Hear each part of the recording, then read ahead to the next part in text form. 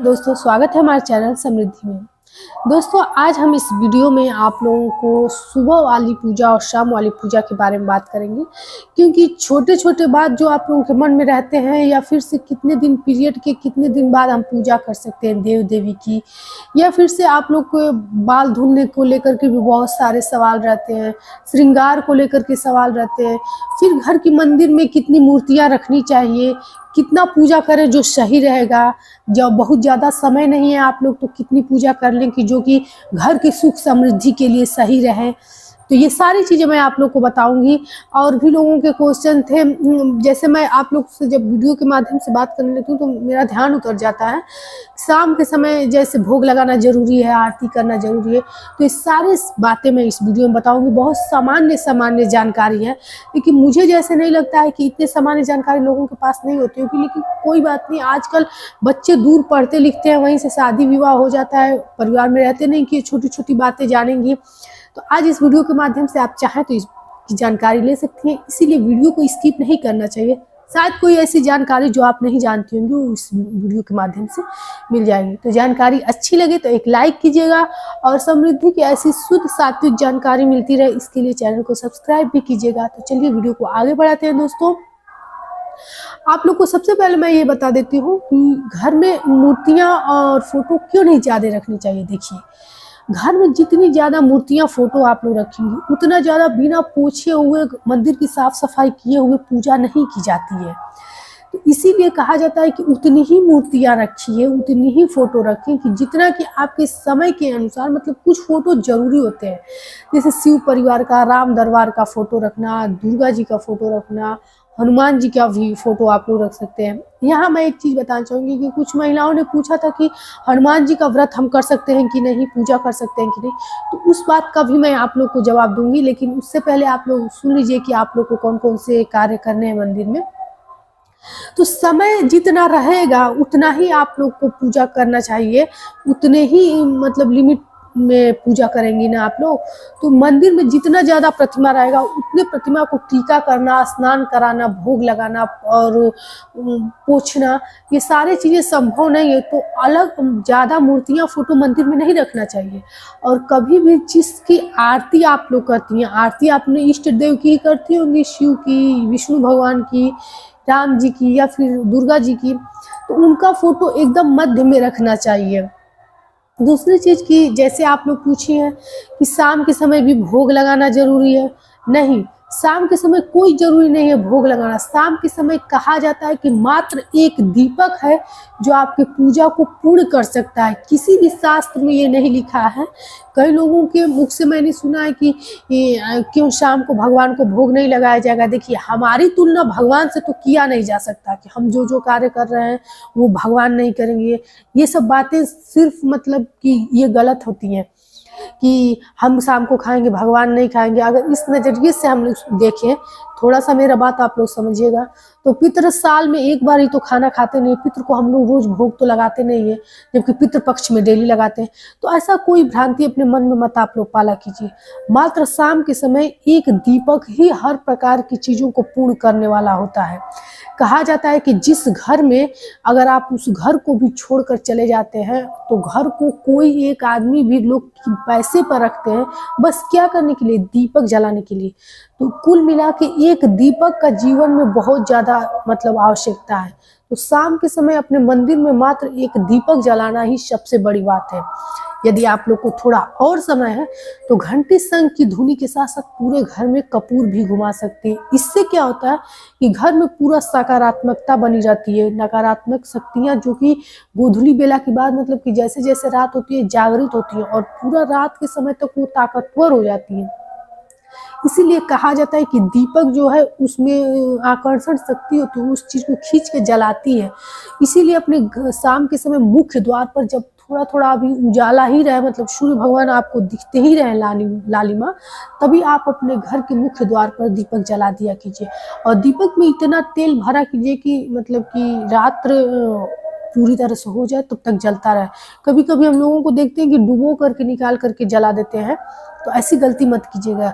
घी वगैरह का दीपक कोई वैसे जगहों पे जलाना हो तो आप लोग ये चीज़ कीजिएगा, क्योंकि भाई सबके पास उतना घी रहेगा नहीं। चलिए, ये सब बातें मैं आप लोग को बहुत ज़्यादा समझाने लगती हूँ धीरे धीरे से, फिर आप लोग कहेंगे कि वीडियो बड़ी हो जाती है।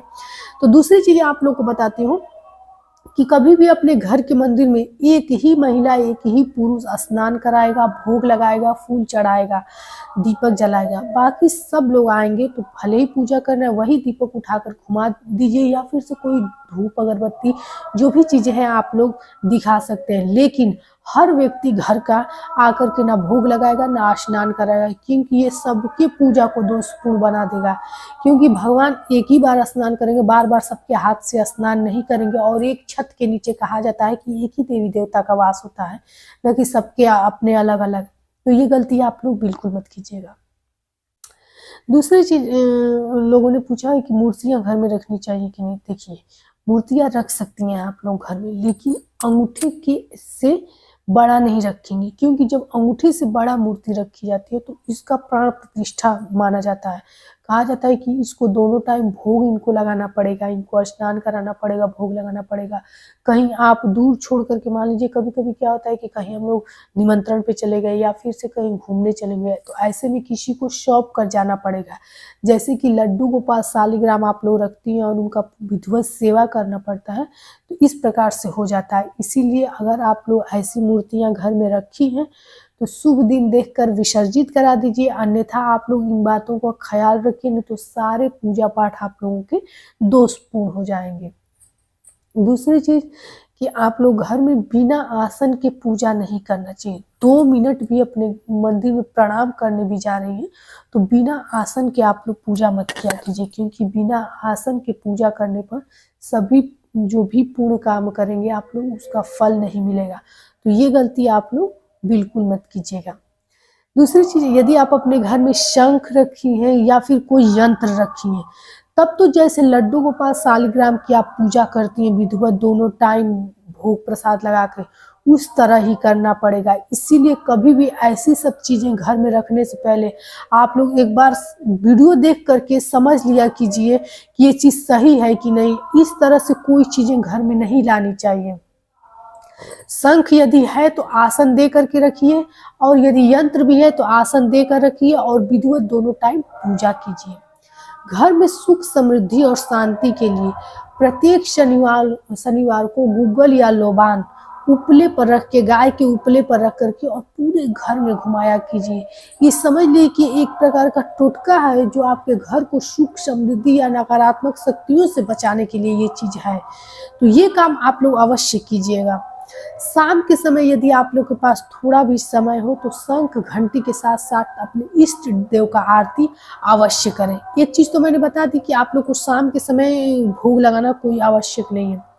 नहीं है आप लोग के पास समय तो शाम के समय भी आप लोग आरती नहीं कर सकते, मत कीजिए, लेकिन दीपक कभी भी मत छोड़िएगा, छोटा ही बच्चा हो। हाँ, यहाँ आप लोग का प्रश्न रहेगा फिर से कि जैसे कोई महिला ही है, अकेले हैं, तो अपने घर में पीरियड में दीपक कैसे जलाएंगी। कोई दिक्कत नहीं, मंदिर में दीपक नहीं जलाएंगी, कहीं ऐसे मिट्टी का एक रख लीजिए अलग से कि उसमें सरसों का तेल जला के अपने घर के मुख्य चौखट पे ये दीपक जला देंगे। दीपक का मतलब क्या है, घर में जब पहले ये लाइट बत्ती नहीं रहती थी तो आप लोग एक दीपक अपने घर में बनाकर जलाती थी। इस लाइट बत्ती में उतनी शक्ति नहीं होती है जितना उस दीपक में शक्ति होती है, इसीलिए आज भी दीपक जलाने की प्रथा है। लाइट बत्ती रहते हुए भी आप अपने घर में कहीं मुख्य द्वार पर एक दीपक किसी भी परिस्थिति में जला सकती हैं। महिलाओं का प्रश्न था कि जैसे कि हम पीरियड में होती हैं तो कितने दिनों पर घर के मंदिर में पूजा कर सकती हैं। देखिए, आप लोग 7 दिनों के बाद ही अपने घर के मंदिर में किसी देवी देवता का पूजा कर सकती हैं। कभी विषम परिस्थिति में, जैसे कि जीत पुत्रिका का व्रत हो या फिर छठ की पूजा हो, छठे दिन भी लोग कर लेते हैं, कोई दिक्कत नहीं। लेकिन देवताओं की पूजा कभी भी आप लोग 7वें दिन पर ही कीजिएगा, ये गलती मत कीजिएगा। कभी भी आप लोग जब पीरियड में होती हैं तो जैसे बाल धुलने को लेकर के बहुत सारी महिलाएं परेशान रहती हैं, क्योंकि जब तक बाल नहीं धुलेंगी तब तक कोई श्रृंगार नहीं किया जाता है, या फिर से अपना जो सिंदूर की डिबिया होती है उसमें से सिंदूर नहीं लगाया जाता है। अलग सिंदूर रख लिया कीजिए, जब पीरियड में होंगी तो उसमें से सिंदूर यूज किया जाता है। तो अगर आप लोगों के पीरियड के दूसरे दिन ही मंगलवार या गुरुवार है, तब तो आप लोग आराम से बाल उस दिन धुल सकते हैं। नहीं तो आप लोग तीसरे दिन ही बाल धुला कीजिए, तीसरे दिन बाल धुलने के बाद ही श्रृंगार वगैरह किया कीजिए। इस पे मैं आप लोग को पूर्ण वीडियो दूंगी, क्योंकि इस चीज़ को लेकर के काफ़ी लोगों के मन में संशय रहता है। और हाँ, सोमवार और शुक्रवार को कभी भी भूल करके पीरियड में बाल मत धुलिएगा, इससे सुहाग की क्षति होती है। तो ये गलती आप लोग मत कीजिएगा। क्या करेंगी, आज का जनरेशन बदल रहा है, लड़कियां दूर रहकर पढ़ती हैं और दूर से शादी हो जाती है। ऐसे में उनको कुछ इन सब चीज़ों का ज्ञान नहीं रहता है, तो ये गलती आप लोग भूल कर भी मत करें। हाँ, घर के मंदिर में सुबह पुष्प अर्पित करना, टीका लगाना, स्नान कराना, भोग कराना, ये सारे कार्य आपको करने चाहिए। हो सके तो आप लोग कोई चालीसा आरती भी पढ़ सकते हैं, लेकिन नहीं टाइम है तो कोई बात नहीं, जिस देवी देवता जो आप लोग के इष्ट देव हैं उनका नाम लेते हुए ये कार्य कीजिए। उसके बाद घंटी 2 मिनट बजा करके प्रणाम करके भी आप लोग को पूजा पूर्ण हो जाएगा।